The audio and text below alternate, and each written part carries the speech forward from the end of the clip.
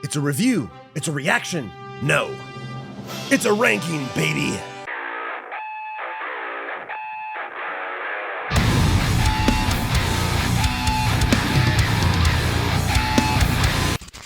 What is up, guys? Welcome to my ranking of all Superman films. This is going to be a list of 11 films, live-action, theatrically released movies starring the character Superman from 1978 until now. I know there was some black and white films from like the 50s or the 60s. I'm not going to watch any of those, and this will include Justice League and Batman v Superman. And something interesting to note here is that all of the Christopher Reeve films on this list were actually a first-time watch for me. This was kind of a blind spot that I've been somewhat avoiding out of intimidation for a very long time. As a kid, I've said this before, I was not really a big Superman fan, so I didn't really get into the animated series, certainly didn't have any interest in the films. And as I got older, they just seemed all the more dated, all the more a relic of an era of comic book filmmaking that I probably was not going to be able to truly appreciate in modern times. So I was a little bit nervous to finally watch those and talk on them publicly, because I know especially the first two are so beloved by a lot of people, and I did not want to be the guy watching them for the first time in 2025 saying, hey, you know, the special effects don't hold up. Hey, you know, I don't really get it. But nonetheless, I have watched them. I watched all through every single one of these Superman films over the last couple of weeks, and all I will say is that keep that in mind. Keep that perspective of where I'm coming to these films from when you check out my ranking. Obviously, if you grew up with Superman 1978 or Superman 2 or maybe even 3 and 4, you might have a little bit more nostalgia, a little bit more of a secure place in your heart for those films than I will as somebody coming to them for the first time now. But with that said, let me know your ranking down in the comments section below, and let's kick this bitch off. Coming in at number 11, almost purely on principle, I have to put Justice League down here. This is the reshot version of Justice League that was released theatrically by Joss Whedon. Essentially, if you don't know, Zack Snyder had filmed the majority of his Justice League film, and the studio got cold feet after the reception of Batman v Superman, which they also fucked up the release for. We'll get into that. And partially because the studio wanted to push him out, partially because he had a personal tragedy. Zack Snyder had to leave the project before it was finished, and the studio allowed Joss Whedon to come in. And the two tones of Joss Whedon and Zack Snyder could not be more different. And so essentially what you have here is a film that is this weird Frankenstein monster where they have some of the footage that was already shot by Snyder and a bunch of new stuff written and directed by Joss Whedon that is almost all more of the silly, slapsticky stuff to fit with more of an MCU tone that they were trying to go for. And when I first saw this film, like, I didn't think it was awful, but it was certainly a massive disappointment. You know, it was a film that just felt like it had no flow. Very clearly, there was a longer version here, and this was mandated to be less than 2 hours long. A lot of the color grading looked weird because they were changing the aesthetic from a different color that Zack Snyder intended for the film to like more of a red orangish color. You have a lot of humor in here that just felt like it was literally just shoehorned into the movie, because it quite literally was. And honestly, the only scene in this version of the Justice League movie that I've always enjoyed is when Aquaman is sitting on the lasso of truth, and he's just rambling on, and he's letting all these like nice things out that he wouldn't normally say, and you get the sight gag of him sitting on the lasso of truth. Like, that was the one Joss Whedon joke that I actually thought was pretty well handled here. All the rest of it really feels like he did it in an afternoon because maybe that's all the time that he had. I don't necessarily blame Joss Whedon for this, but this movie is an absolute abomination of studio interference and studio filmmaking. And when you eventually do see Zack Snyder's Justice League and realize how much of the movie the studio absolutely just decimated and literally made every single piece of it worse for no reason, I just hate it. I hate the movie. And so while there might be one or two films above this that on a technical level are worse, I would rather watch a bad film than a gross film. Coming at number 10 is going to be Superman 4 Quest for Peace. And this, just like with Justice League, and unfortunately a couple more movies we're going to talk about later, is another victim of some studio interference and having a low budget especially. This was a story that Christopher Reeve himself was very passionate about, where Superman was going to essentially enter himself into the nuclear arms race and during like the Cold War era, and was going to get rid of nuclear power for the entire world for the greater good of the planet. And You could see a version of this movie if it was left to actually be completed with a budget that it needed and not have literally 40 minutes of footage cut out of it that probably could have stood up with the first two films, because tonally, it definitely is trying to go back to what they captured with the Richard Donner films. But the low budget and the studio cuts and everything just absolutely decimated this thing. I mean, they used the same exact green screen effect of Superman flying towards the screen, like all throughout the movie. It's like wash, rinse, and repeat. The action sequences are not very exciting. The villain here of, was it Atomic Man or Nuclear Man? Not a very interesting character. Definitely like a spin on like the Bizarro character, but a spin on it for the worse. And you have Lex Luthor returning here, which I'll get into this a little bit more as we get to the Richard Donner films. I've never been crazy about the Gene Hackman version of the character. Performance is great. I just don't really care for the characterization, the real estate mogul version of Lex Luthor. And so him coming back here, it's definitely more of a cheesy version of what he was doing even in the first two films. You have a little bit of a rekindling here of Superman and Lois Lane, but it really just feels like a wash, rinse, repeat again. Like he just takes her on a little magic carpet ride sequence and then wipes her memory again. It's like, haven't we done this like twice already? So it really just feels like a film with a bunch of leftover ideas by the end of it. Like the cut that you're able to watch, it's kind of incoherent because of everything that was removed from the story. And so scenes just happen to follow another scene without really much connective tissue there, any kind of a narrative through line. And so, unfortunately, for a movie that very clearly Christopher Reeve had a lot of personal investment in and wanted this to be possibly the best Superman film, it ends up being his worst. The only sequence in this movie that I thought was actually pretty funny that I would like to see a modern version taken even further into comedy, and James Gunn, I think you're the perfect person to do it, is when Superman essentially has that double date scenario where he's trying to date one woman, Lois Lane, as Superman, and he's trying to date another one, the newer character, as Clark Kent. And so you just got a scene with two women in an apartment wanting this date to kick off, and he's just swooping in and out, changing clothes, changing personalities from Clark to Superman, trying to keep this facade up. I just want to see the scene where Superman looks at this situation and he's like, I can't fuck two chicks at the same time. Faster than a speeding bullet. Do I dare? Coming in at number 9 is going to be Superman 3. And I did toy around a little bit with whether or not Superman 3 or Superman 4 was worse. And ultimately what I landed on is that the entire element of this film where you have Clark Kent trying to rekindle things with Lana, this girl that he liked a lot in high school, I really enjoyed all of those sequences. Some of it I just found really wholesome. Some of it's probably because I've always had a crush on Annette O'Toole, but I really liked that side of things, like the country farm boy coming back home and rekindling something with what I assume was the popular girl, and he was always the nerdy guy, and you've got the jock douchebag who's grown up to be an asshole, as most of them do, trying to interject himself. Like that side of the movie I actually really enjoyed.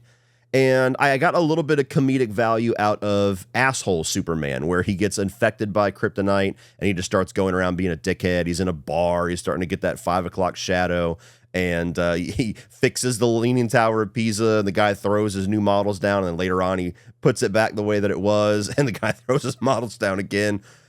Even blowing out the torch for the Olympics, I thought was kind of funny. So basically everything that has to focus on Superman in this movie, I enjoyed. But it's not a Superman movie. It's a fucking comedy starring Richard Pryor. And Richard Pryor is amazing. He's one of the greatest comedians of all time, but he is not funny in this movie. So I don't know what the hell happened. This is the director who took over for Superman 2, who injected a lot of slapsticky stuff into that movie. And this, he was able to just go full bore, I guess. And for some reason, which seems to be a running theme with a lot of Superman properties, even to today, the studio and people they let in charge just have no idea what the hell they're doing. And so they look at a Superman sequel and they go, you know what? You know what this needs? Richard Pryor. And let's make him the lead of the film. I watched a lot of these movies with my 8-year-old who had never seen them before either. And all throughout Superman 3, without me even saying anything, she would be like, is he the main character? Where's Superman? What?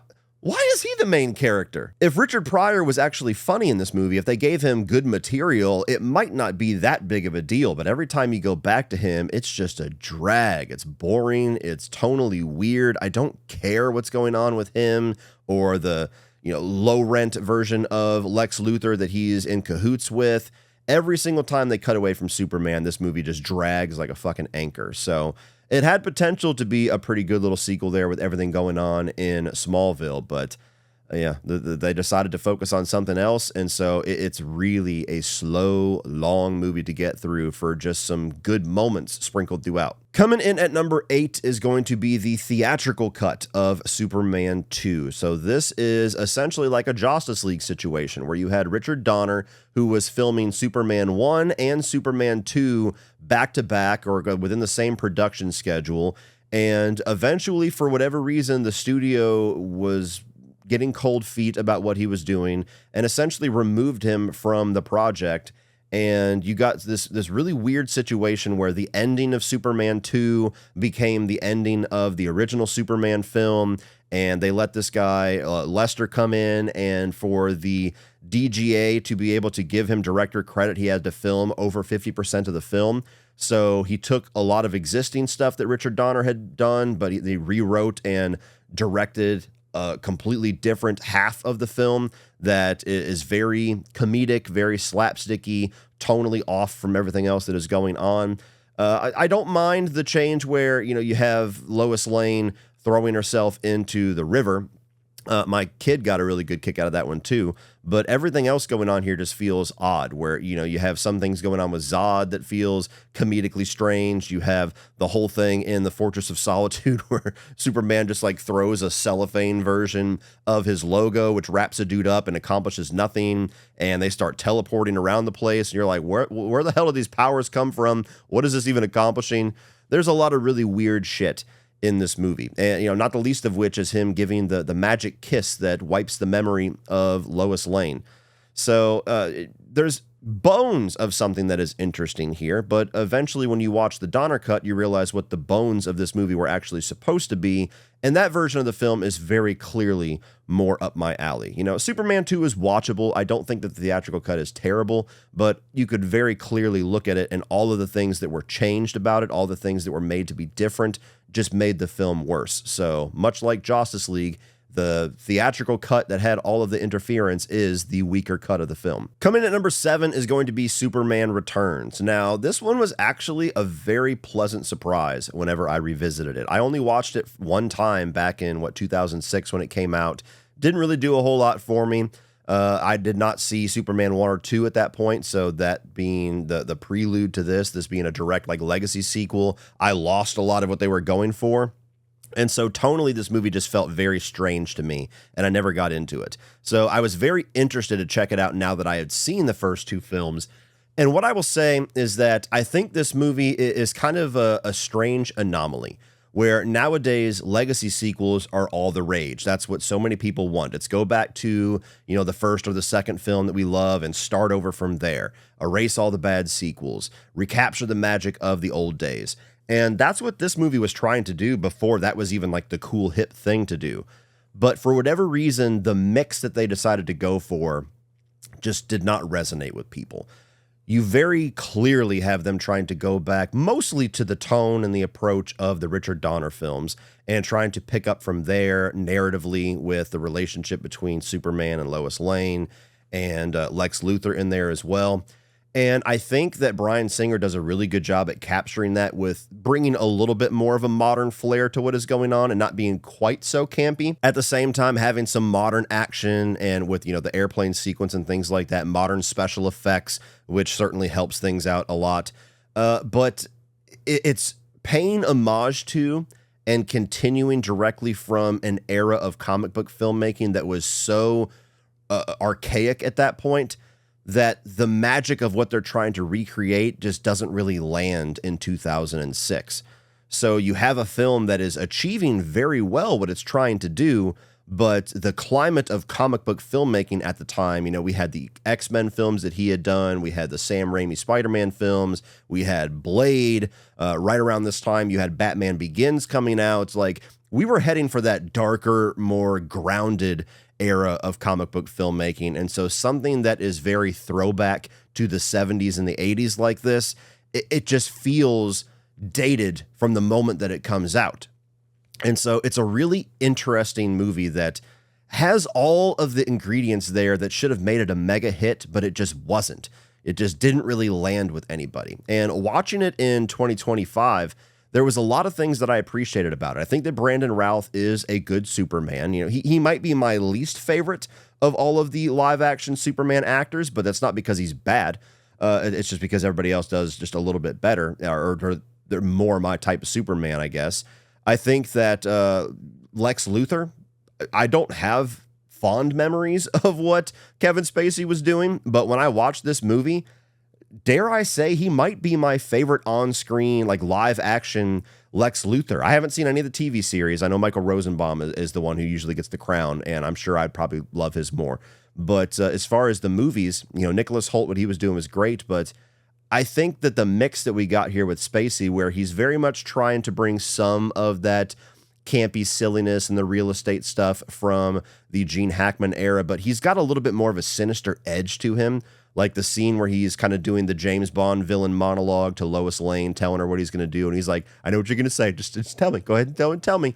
And she starts to say, Superman will stop you. And she barely gets Superman out. And he's like, no! I really like that scene. And like that one scene there, I was like, oh, that might be my Lex Luthor. Don't tell him praise the shadow as I said that. But yeah, I really like his version of Lex Luthor. And I also like the whole element here about Superman and Lois Lane having a kid. It's a shame that we didn't get to see that storyline expanded, which was very clearly going to be the direction they were going to start to do a lot more narrative things with if this got a sequel. But I think it brings an interesting dynamic there where Superman very clearly loves Lois Lane, but for her own protection has to always stay distant. But she has this kid that is revealed to be his child who's being raised by somebody else who's able to be a stable father. And so there's just a lot of interesting drama there that was just kind of touched on in this movie that I honestly am hungry to see how that would have played out. We're never going to, but it was an interesting direction to go. Where the movie fails, though, you know, watching it even through this 2025 lens, and probably even at 2006 would have said the same thing, is that it's very light on action. You know, you have the airplane sequence. I guess technically the third act where he's lifting the island out of the ground is an action sequence maybe, but it's a film that is so overly focused on how the world has reacted to not having Superman for 5 years and how certain characters that we know have reacted to not having Superman for 5 years and now how they're reacting to him being back, namely Lois Lane. The movie's overly focused on all of that, and we don't get enough of, again, what we want from comic book films nowadays, which you have to have some action sequences in there. We get like one. So the movie does feel a little slow. It does feel a little bit long in the tooth.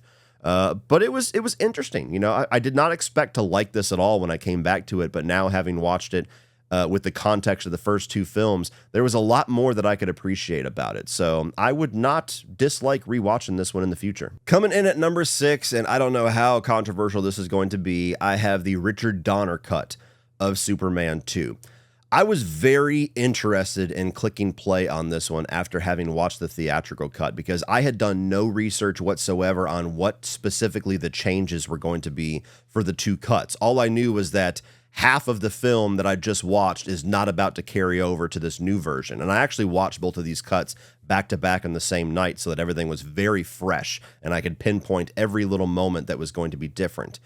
And it's unfortunate that the reality of this movie is that this is still a very incomplete version of Richard Donner's film. And I'm 100% confident that if I was able to watch the movie that he intended to make, if he was able to actually give 100% of what his sequel was going to be, this would be maybe 2 or 3 spots higher. But the reality is this is just as flawed of a cut of the film as the Lester cut. I just appreciate Richard Donner's sensibilities much more than I appreciate what Lester was going for. So it's a few spots higher.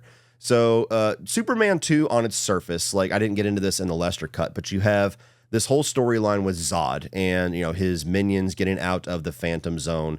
And I think that that was a really good storyline to follow up the first film with because it plays off of the opening scene of the original, which, you know, you watch that in 1978, you might not know if that's going to come back around or not.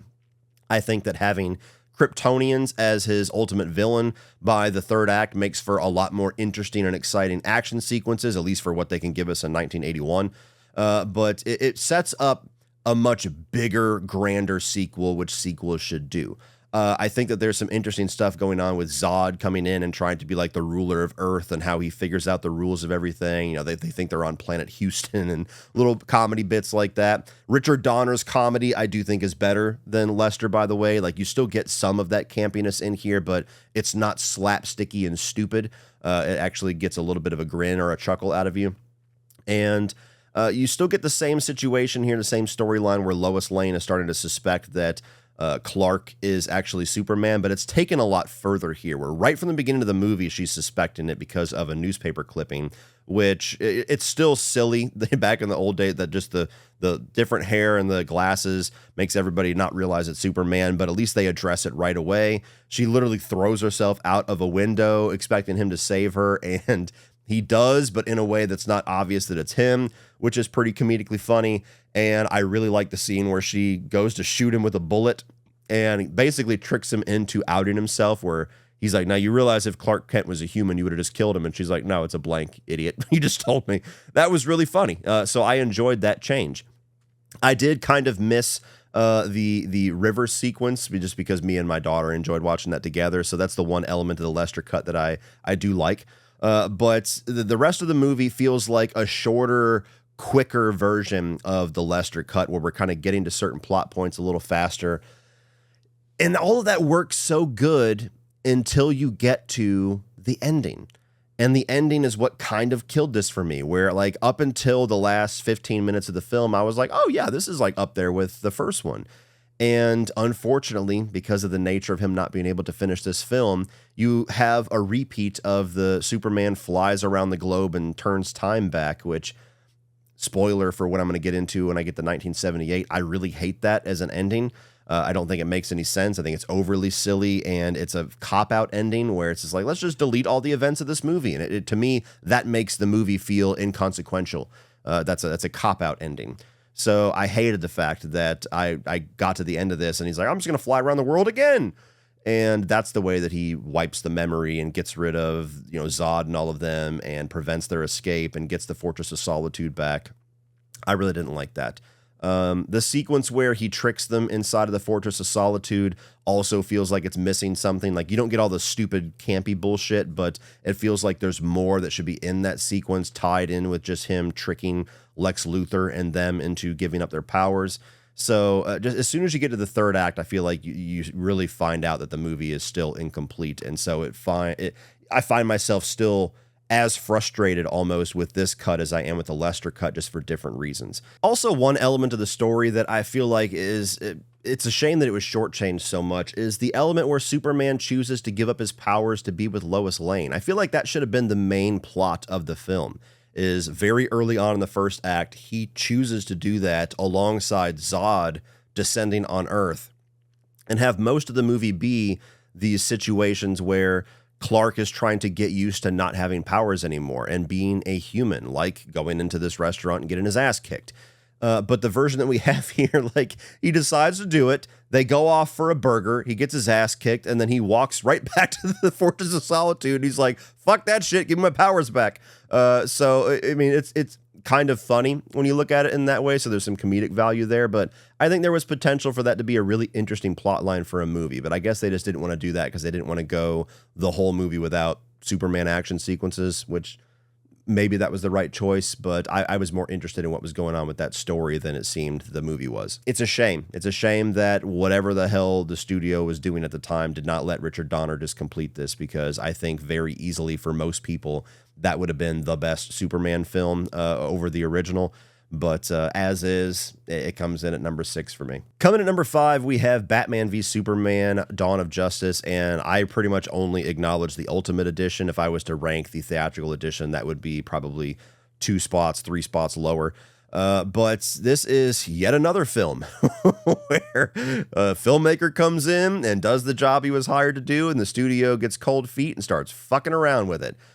You had this movie come out in theaters, and the studio had cut more than 30 minutes from the film, which made the narrative very incoherent. And so most people, even those of us that liked Batman v Superman, you walked out of it going, why did this movie feel so disjointed? Why did it feel so convoluted? And this didn't make sense. Who the hell was this in the beginning? That was Jimmy Olsen. What the fuck? There was so much frustration and disappointment. But even having the completed, intended cut of this film, it's still a very flawed movie to me, where you have so much ambition here. There's so many deep themes and storylines going on that the movie just really crumbles under its own weight. And a lot of that is because the studio was pushing to try to rush to a Justice League film. And it was very apparent, like not having a Man of Steel 2, not having a Batman origin film, not having anything to introduce some of the other characters that are in this movie, like Wonder Woman. That approach probably would have worked better.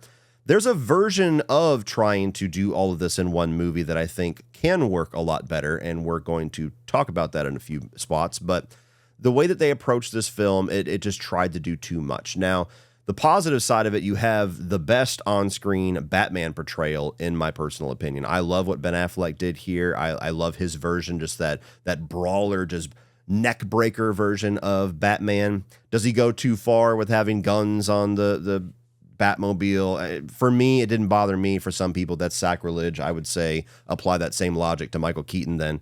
But you have a great on-screen Batman. I love Henry Cavill as Superman, so him being back here and playing off of Ben Affleck, there's a lot of great stuff going on there. I really enjoy the Wonder Woman introduction. I think that she's integrated really well as somebody that did not have her movie yet and has a good spot in the movie. I think that the way that Zack Snyder's trying to explore the effect of Superman on a more grounded world and how the world would respond to him, and having Batman be an agent and all of that, I think that's a really interesting direction to go, and incorporating like the Dark Knight Returns into there is certainly interesting. Visually, the movie is very strong, which is something that Zack Snyder almost never has issues with. Like, there's shots in this movie that is straight out of a graphic novel. Some of them very direct recreations of famous cells in graphic novels. I think the action sequences that we get here, like I said, even the Batman one, the warehouse fight is the best Batman fight scene we've ever seen. And even everything going on at the end with Batman and Superman and Wonder Woman all fighting Doomsday is some interesting stuff. Unfortunately, though, the movie just has way too much going on. It feels like it's way too convoluted of a plot. You have so many moving pieces and so many different things happening all at once that even the 3-hour cut of this film feels cumbersome with the amount of stuff we're trying to do in one movie. You're trying to set up Justice League, you're trying to introduce Wonder Woman, you're trying to both set up, pay off, and resolve a fight between Batman and Superman. You're trying to do the Death of Superman storyline. You're trying to introduce the Flash and Cyborg and Aquaman in this movie. You're trying to establish Lex Luthor and have his whole plot get into here. There's so many things that there's a bunch of it that feels like it's shortchanged. It feels like it's weighing the movie down like an anchor. And one of the biggest flaws of this film, I have never liked the Jesse Eisenberg take on Lex Luthor. I've heard all the defenses for it. I get what they were going for. It does not work for me at all. There's moments that it works where, he's talking with Helen Hunt or whatever, that there's little bits of intimidation there and him letting the mask slip that I think there was potential, but his really goofy, maniacal, kind of eccentric, almost like Riddler-esque version of this character, the Mark Zuckerberg take, not for me at all. It's my least favorite of any of the live-action Lex Luthors that we have gotten so far. So as many times as I've rewatched this film, I just cannot get into whatever they were trying to do with him. But it's still a movie that I enjoy quite a bit. Like, it's flawed, but it's flawed for ambition in a lot of ways. And I would rather experience a movie that just crumbles under its own ambition than a movie that is just very boring and safe more times than not. So I appreciate the hell out of Batman v Superman, despite all of its very glaring issues. Coming in at number 4, we have Superman 1978. And I'm actually very relieved that I was able to watch this film for the first time in 2025 and get it and understand its impact, understand its legacy, appreciate it for what it was, appreciate it for what a lot of people still value it as. I was very worried that I was going to watch this beloved film and like all of its magic was just going to be lost on me. And I was going to be like, coming in at number 9, the movie you all love.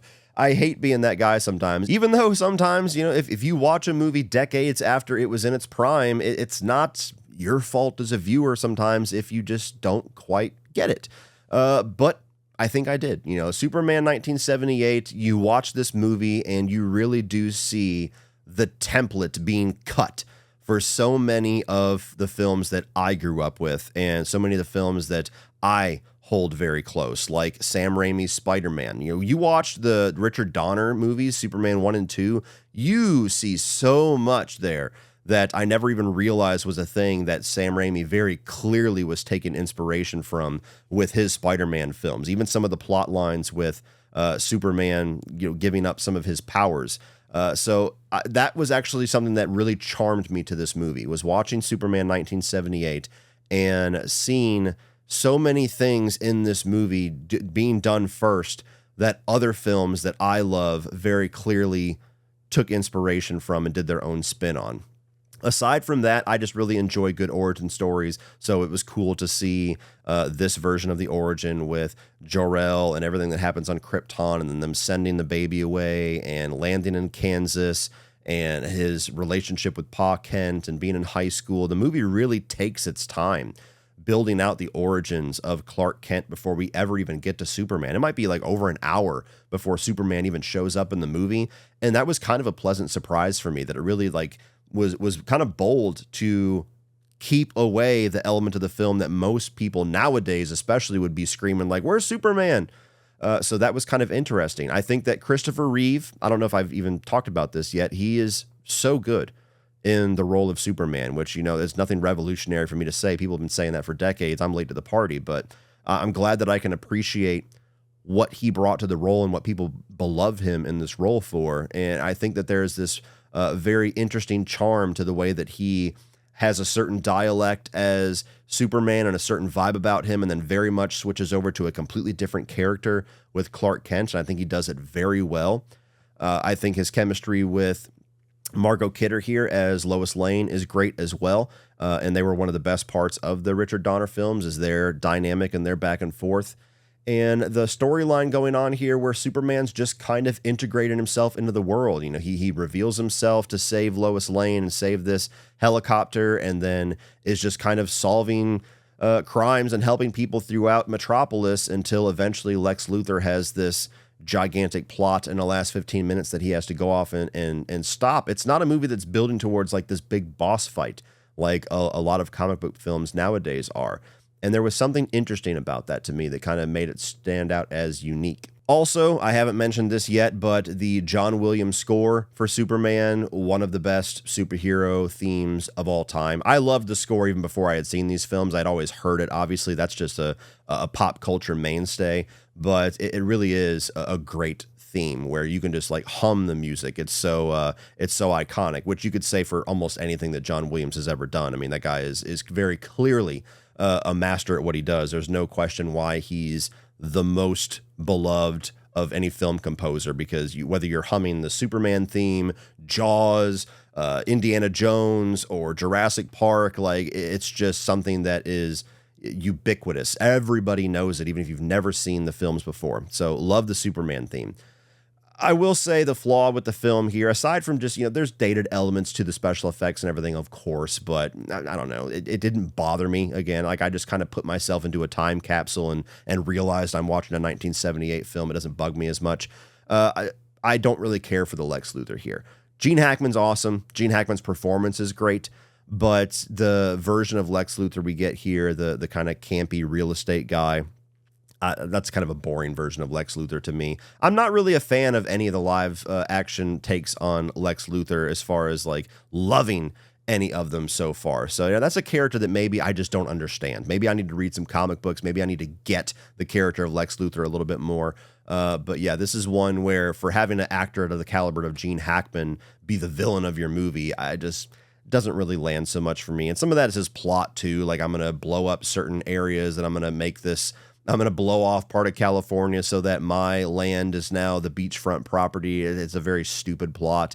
And then, of course, you get the, Lois Lane dies, so I'm going to scream and I'm going to spin the world around and turn time back, which I hate that ending.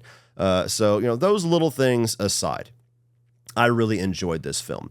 Am I going to rewatch it as much as I may rewatch something like Batman v Superman? I don't know. We'll see what time does. But I'm glad that I can watch these classic films for the first time, and I can get a lot of appreciation out of it. And I could actually see that if I had grown up as a Superman fan and I had watched these as a kid, I would probably be one of those people, like a lot of people who are going to be ranking these movies, that are going to have this film at number 1 or number 2 purely because of the impact it had on them as a kid and the nostalgia and everything. Totally get all of that. But even without that, it's pretty damn high on this list at number 4. Coming in at number 3, we have Zack Snyder's Justice League. Now, this is a film that came out years after the theatrical cut of the movie, where during COVID, there was a lot of fan backlash and fan demand for this, and WB, not being able to produce any movies or release any movies, decided to give Zack Snyder the ability to actually finish his version of the film. They gave him a certain amount of money to go and shoot the missing footage that he needed to actually complete it. And what we got here is quite literally, in the actual definition of the word, an epic. This is a 4-hour film that is doing so many things. Now, because of the runtime, it's one of the movies that I would rewatch the least on this list, and I have rewatched the least, but it's kind of a marvel, no pun intended, when you get to watch this, how much better his version of the film is. And there's always going to be part of me that is so morbidly curious, despite the fact that some people absolutely just do not like Zack Snyder. They were not bought in this universe. Batman v Superman lost a lot of people. Absolutely a fact. I'm so morbidly curious how this movie would have done if they released like the 3-hour version of this in theaters and see how the masses responded to it. But you have a movie here that just fleshes everything out so much better. All the different characters of the Justice League get way more time to breathe, and they all get their own standout little character arc and standout sequence here. You have characters that felt like they were just nothing in the theatrical cut, like Cyborg, that are actually very compelling here. You have a whole sequence with the Flash where he has to jump into the time force, the Speed Force, that is one of the cooler comic book movie sequences of the last 10 years that they cut out of the movie and replaced with him pushing a car. So you have things like that. The whole plot point building up of Superman being revived and like almost being evil for a few minutes. That whole sequence is awesome. And I was actually kind of surprised to find out that that was a Zack Snyder sequence, because there's a great little comedic bit where the Flash is trying to run around him and his eye starts to follow him and he's like, oh shit. That was my favorite comedic beat in the theatrical cut. So it was a pleasant surprise to find out that that was a Zack Snyder joke. So you have that. You have pretty awesome action sequences here. You have one on Themyscira and the whole plot line going on there. The villain of this movie is so much better. Not only does it look better, the special effects are better, but his placement as the villain of the movie makes more sense. It doesn't just feel like some random fucking stand-in that we're just going to hold off on Darkseid. All the other elements that are brought into this that are teasing and hinting at things that Zack Snyder was intending to be the follow-up later on. It's frustrating to see them and know that we're never going to get those, but at least you get a little bit more of an idea of what he was building to with his take on these characters. So, I mean, it's a movie that is just, I think it's the best visualization of what Zack Snyder was trying to do with his movies. And unfortunately, because of studio interference with his second and third film in this little world, as well as a lot of people, I think, being very close-minded to what he was doing, he never got to realize all of that. So it's a movie I'm glad that we eventually got to see. It's a movie we didn't have to just sit and speculate on for the rest of our lives. And unlike the Richard Donner cut of Superman 2, it's pretty amazing. I don't know if it worked in their favor or not, but pretty amazing that the studio actually funded him to completely finish his vision of the film. So luckily, with the existence of this, even though the DCEU was kind of a disaster in so many ways, and it feels like this is never going to feel totally complete, you could watch Man of Steel, Batman v Superman, and then Zack Snyder's Justice League and get somewhat of a coherent trilogy there that I'm glad us fans can actually have for the rest of our lives. And now we have arrived at the top two, and wouldn't you know it, we have the showdown that the internet has been obsessed with over the last couple of days, couple of months actually. Is it Zack Snyder's Man of Steel that reigns supreme, or has James Gunn come in with his brand new Superman and taken the crown? And before I even give you what my personal number two and number one are, just let me state clearly, guys, you can be a fan of both. I know that there's a certain pocket of the internet that doesn't want to believe that, and no matter how many times those of us with common sense tell them that, they absolutely refuse it. It's just tribalism. It's I got to pick a team and hate the other side. Like so many other things in life, God, life's too short to be that miserable about a fucking Superman movie. So I will say what my personal opinion is on these two films, but I can understand so many different takes on this ranking, whether these two are even in your top two or not. But there's no reason as movie fans to just act that way, to cut yourself off from a really enjoyable movie that you might like just because you feel like you have to have allegiance to one side, or to overly inflate how much you like one movie to continue to shit on what came before it. It's ridiculous, guys. But anyway, that's a video for another day, and there's been plenty of other people talking about it, so no reason I need to add any more. Coming in at number two for me, as of right now, is going to be James Gunn's Superman. I really enjoyed this film. I always expected I was going to, because I really enjoy everything that James Gunn does, especially his comic book films.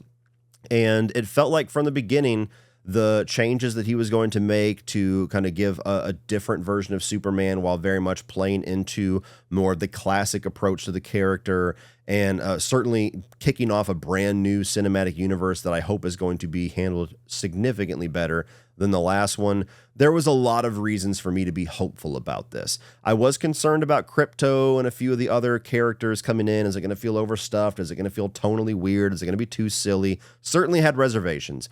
But when I finally saw this, I just enjoyed the living hell out of it. Now, what I like about it so much is that it doesn't really bother itself with being an origin story, which, you know, I like origin stories quite a bit, and there's certainly some details in this movie that selfishly I kind of want to know now that I appreciate it and I like these characters and their takes. But I'm glad we don't have to spend another movie showing the aircraft come down and baby Clark being raised in Kansas and going to get the job at Daily Planet. There's certain origin stories that we've seen so much in live action, either on TV or in movies, that we don't need to have the new version every single time. And also along with that, the fact that James Gunn is just starting right in with a lived-in comic book universe that has already been exposed to metahumans for thousands of years. You know, again, we're not starting off with an origin for a universe where we have to establish every individual character. We can just kick it off. And it tries to do a lot of the same things that Batman v Superman does. Now, there's elements of Batman v Superman that I like more than this film, namely the action sequences, but I do think that side of things, this film succeeds much more with, which is, you know, trying to skip some of the origin stuff and just start with a universe that we can just get indoctrinated into and just hit the ground running with. I think that the way that it plays very much like an animated series episode, or just opening up an issue of a comic book, where it gives you just enough details to kind of get into the story and understand who the characters are and what the rules of the world are. But you don't have to go back and watch episode 1 to be able to understand what's going on here. I really like that approach, and I think that he succeeded pretty well with that. So I'm very excited for the future of this universe. But specifically with the Superman storyline, I really like David Cornsweet's version of this character. I think that he's a nice mix of having somebody with a little bit of attitude and edge to him, but leaning into those more campy, classic Superman, the more hopeful Boy Scout side of Superman that I think is interesting, that people love Christopher Reeve for. And so I think that his version of Superman is going to be interesting to see lead this brand new universe, and how he's going to react to characters like Batman, and it's going to create an interesting dynamic there. I also think that Lois Lane, Rachel Brosnahan, was great, and her chemistry with David is great. And she's a character that isn't just like a damsel in distress. She's got a point in the story, and she's able to actually interact with the story and help Superman and do certain things to go against Lex Luthor. And I appreciate having the female counterpart play an active part in the story. And you have Lex Luthor here, which, again, another live-action version of Lex Luthor that I have certain annoyances with, but a very good performance. and a very evil, hateable version of Lex Luthor. Like, it make for a great villain when you're more than half of the film just waiting for somebody to kick the shit out of this guy.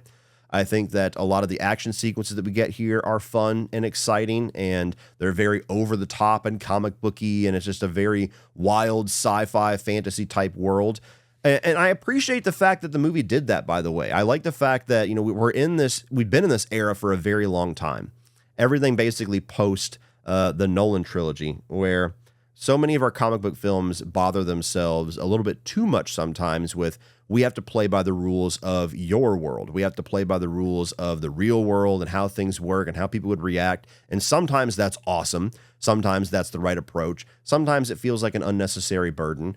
And I like the fact that this movie and seemingly this universe is just not going to bother with that at all. It's like, look, this is its own thing. There is logic and rules and the way that things work here that never would make sense on your planet Earth, and fuck it. This is a fantasy world, and we're just going to lean full bore into that. We got kaijus, we got robot suits, we got alternate dimensions. This is what we're doing. Let's just go for it. I enjoyed the fact that Superman's little character arc and his struggle in this movie is both like an external one with Lex Luthor and the way that he's trying to turn the world against him, as well as this internal struggle where he's very much struggling with his own identity and his heritage and who he wants to be. Now, tied into that, there's a pretty massive shift in how they utilize the Jor-El character that might be comic book accurate in certain stories. I'm not familiar with any of them, but to me, on its surface, seemed to be a pretty controversial change that is not going to work for some people. I'm still kind of on the fence with it myself, but I like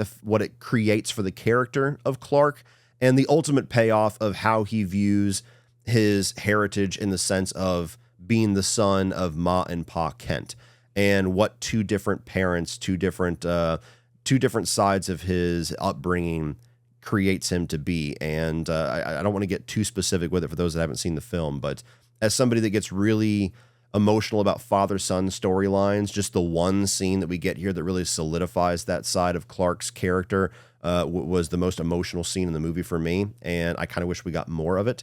But I did like that part of it a lot. On the negative side, I mean, the movie is certainly for being a 2.5-hour film and having a lot of different things going on, it does feel like there's certain pieces of it that I wish could breathe a little bit more. I wanted a longer version of the movie, which I guess is only a compliment to it. Some of that is just hitting the ground running at year 3 Superman in a lived-in universe. You want to know certain things that I'm sure will get fleshed out in sequels. Other things like the whole reason why Lex Luthor hates Superman so much is kind of just explained away as like he just hates him because he's just a jealous bitch, and that's fine. Again, might be comic book accurate, but I kind of wish I could see more of their dynamic together and get a little bit more meat of that story. I also think there are some moments where the action is shot to be a little bit too chaotic, and the way the lenses that he uses and the visual look sometimes doesn't completely work. It feels like it's a little bit too much movement when I kind of want to just have a still camera and see the action a little bit more. And the times where it does, I think, are the best action sequences in the movie. There's also a bit too much world-ending chaos going on in Metropolis. Like, this is a movie that is very clearly trying to establish how over the top and fantastical it is, but at the same time, when you have a giant robot suit flying through the air, and then a day later there's a huge monstrous kaiju, and then a day later there's a time space rift that's pulling the city apart. Like, at some point it's just like, is there just like a regular ass Tuesday in this world, or just every day is earth ending shit? So maybe it buckles a little bit too much under its ambition in that regard. But regardless, I really did enjoy this film. I saw it twice. All 3 of my kids really enjoyed it. I think that Crypto the dog, especially for my youngest, was the big selling point, and she loved Crypto. And I think it sets us up in a point where I'm definitely bought in on these new versions of these characters. I'm bought in on this universe. Can't wait to see more. And as long as there's no bullshit turmoil like what happened numerous times in the history of Superman films, where the studio starts to get cold feet and changes the directions that the filmmakers and the creatives are doing, as long as that doesn't happen again, I think we're going to have a really awesome DC universe that will also hopefully motivate Marvel to go back to its glory days as well. So thumbs up that hopefully we're getting ready to be on the brink of another golden age of superhero films. Maybe. But coming in at number 1 for me personally is going to be Man of Steel. Now, I know this is very much a love or hate film, like a lot of things that Zack Snyder does. So if you're somebody that does not like Man of Steel for whatever reason, I for the most part, I understand that. There are certain criticisms with this film that have never made sense to me that I might address a few of them here. But Man of Steel for me was the movie that made me a Superman fan. I already said as a kid, never really cared for the character, didn't really have a whole lot of interest in him. He always felt like he was a little too powerful. I was always drawn more to the broken characters like Batman and Wolverine and even Spider-Man to a certain degree. And so, all the way up until the point that this movie released, I just wasn't really into the character and didn't see it in theaters. Eventually just watched it at home, just out of curiosity. And the direction that Zack Snyder took this character and Henry Cavill to me was the first time that this character truly compelled me. Some of it was having it be grounded somewhat in our reality. How would the world react to this alien that shows up that can fly and can do whatever, that I thought was very interesting. It's a very new take to have that I was very intrigued with. Some of it is the fact that Henry Cavill has a little bit of edge to him, but in this first film especially, I think he still does have that hopeful nature to him and just didn't get a chance to really fully flesh out that version of his character in the follow-ups to this movie. But it's there in this first one, in my opinion. I think that Zod as a character is pretty awesome as a villain here. And so just the way that they realize this world, and you have the kickoff with, Krypton and everything going on with Russell Crowe, which was a great kickoff to the movie, and how Clark's relationship with Pa Kent, played by Kevin Costner, is done in this film, I've found to be very compelling. I know everybody always bitches about the tornado sequence. I think that's one of the sequences in this movie that is just so massively misunderstood, and people focus on the wrong details that it frustrates me.